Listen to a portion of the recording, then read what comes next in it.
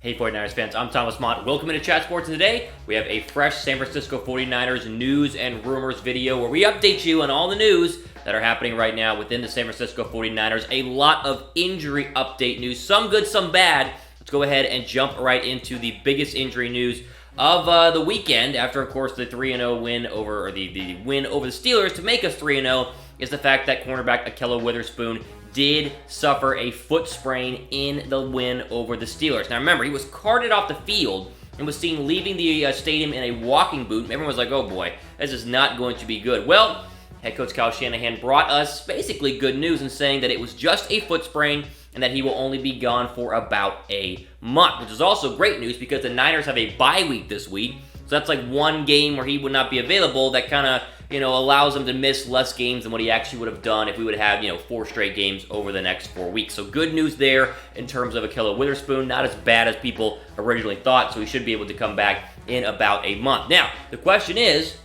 who's going to replace him at the other cornerback spot opposite of Richard Sherman over the next month? Now, Jason Verrett replaced Witherspoon on Sunday. We talked about this in my 49ers grade video just like, yesterday. And Verrett got kind of picked on. Gave up a 39-yard touchdown, had a 32-yard pass interference. So, according to Kyle Shanahan, the leader to assume that role is Emmanuel Mosley, the second-year cornerback. Looks like the guy that they're going to be trying to get out there to start, but he's going to be competing with Jason Verrett and DJ Reed as well. So we're not quite sure who it's going to be. They have 2 weeks to figure it out. Verrett, again, is probably the most talented of all the players, but he's coming off the injury, hasn't got a lot of practice time. So, again, we'll wait and see what happens in 2 weeks. The corners have been a strength of the 49ers so far this year. It's not like the secondary is going to be awful without him, but it will take a slight hit with him on the sideline over the next 4 to 5 weeks, depending on how long he's going to be out with his foot sprain. But again, this is as good of news as you could have hoped, because high ankle sprain would have been longer. You look at Saquon Barkley's got 6 weeks. Any sort of Achilles or broken foot, toe, whatever, could have been a lot worse.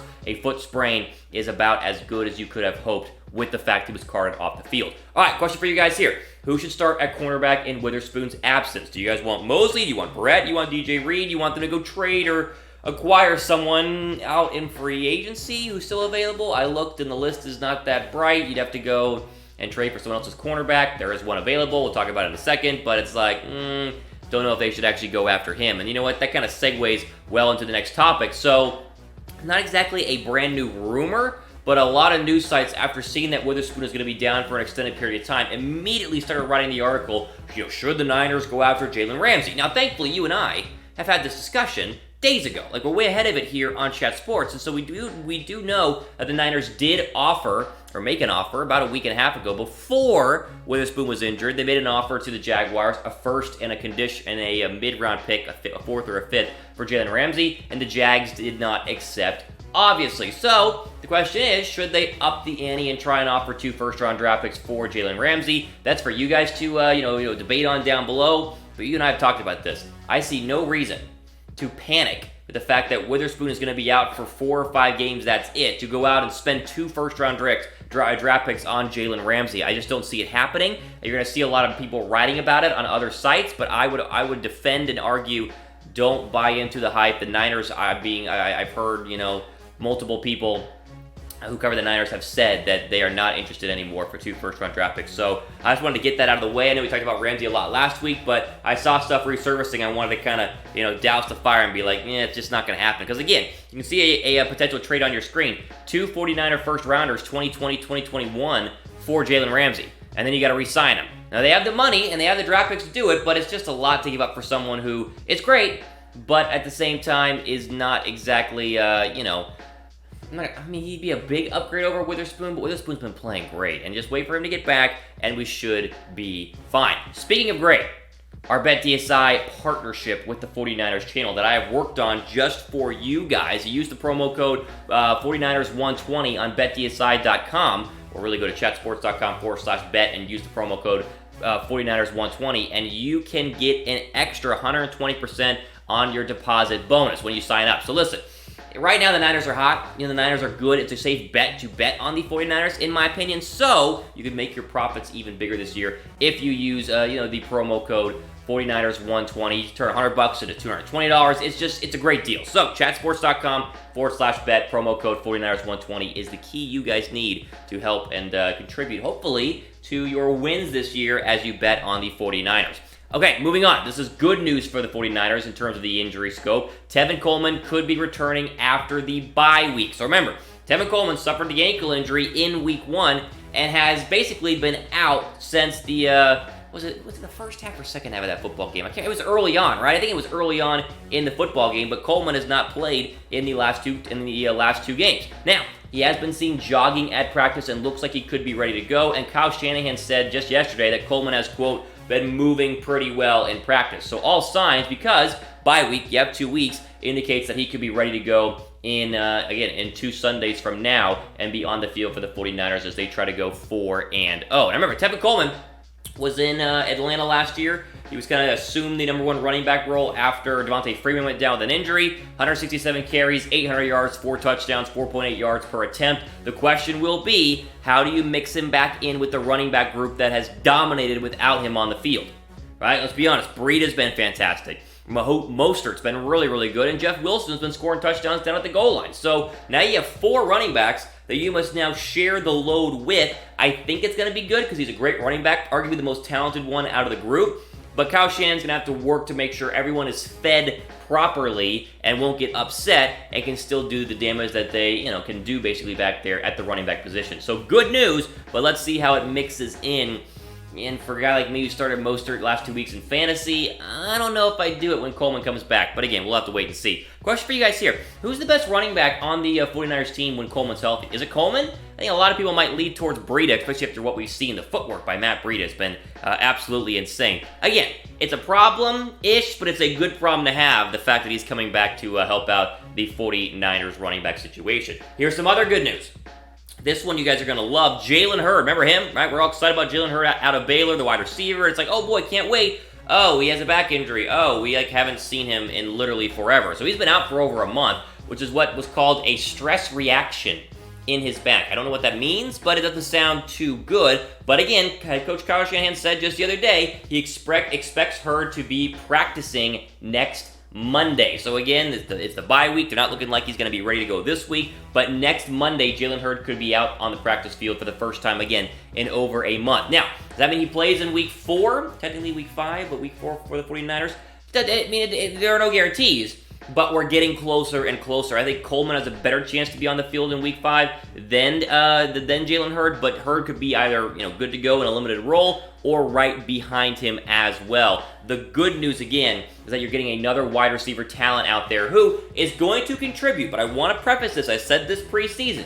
Jalen Hurd is still a work in progress at wide receiver. Yes, you can see the stats, 69 catches, almost 1,000 yards, 13.7 yards per catch last year with Baylor, but he's only been playing wide receiver for like 1 year. Running back at Tennessee, transfers to Baylor, plays a little running back whenever they needed him, but he was a wide receiver because of his size, so he still needs some work. He's not going to come in and be the best receiver on this football team, in my opinion. Now, if he does, it's fantastic, but I think it's going to take a little bit of time to get him worked out, especially because he's missed time now, so don't expect, I wouldn't start him in your fantasy league the first weekend he's there. He might get like 1 catch for 20 yards and a touchdown, but I would wait a couple of weeks. He's going to be good, but let's get him, ingratiated into the offense, which has been clicking so far the past couple of Sundays. And finally here on the NFL, or on the 49ers news and rumors video, this one's just kind of funny. Richard Sherman was asked about Jimmy Garoppolo taking a lot of hits in the game against the Pittsburgh Steelers, and Richard Sherman was like, hey, Jimmy Garoppolo likes to be hit. Now again, Garoppolo was hit a lot, but he was only sacked 1 time. So that offensive line with Joe Staley out and School starting at left tackle held up pretty well. Now again, he was hit a lot, but he was not sacked, which again, is worse than a hit, but hits are still pretty bad. But it looks like, according to Richard Sherman, that Jimmy Garoppolo likes getting physical and likes being hit. Here's the quote. He, Garoppolo, loves it. He loves it. He's strong, he's persevering. He likes getting hit. I don't know why. Not every quarterback likes it. Kind of wakes him up. Didn't bother him throughout the game. He stayed poised, especially on the game-winning drive. This is great. I mean, I'm a big fan of this. I said this in my grade video yesterday. Why I gave Jimmy Garoppolo the grade that I gave him is because, listen, he stood in there and made some big boy throws with guys right in his face, talking about how he knows he's going to get hit, but he also knows behind him, right over here, he has a wide open receiver. So what do you do?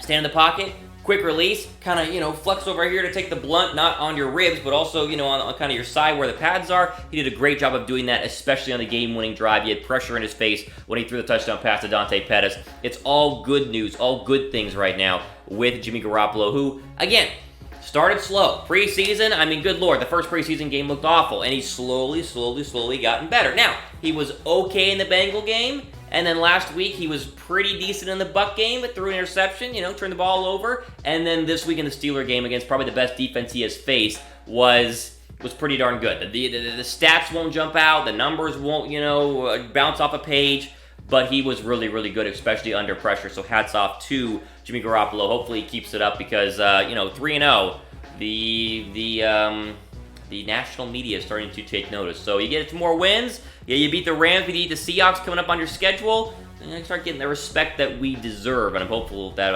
all of us know how good this team is. I'm hopeful that the national media will start to recognize it as well. How many touchdowns you guys have for Jimmy Garoppolo this year? How many do you think he's going to get? 30 is a big number. Did he get to 25, 27, 35? Where are you guys at? He's not Patrick Mahomes, who's on pace for like 54, but he's playing very well. Give me a number. How many touchdowns will Jimmy Garoppolo have this year?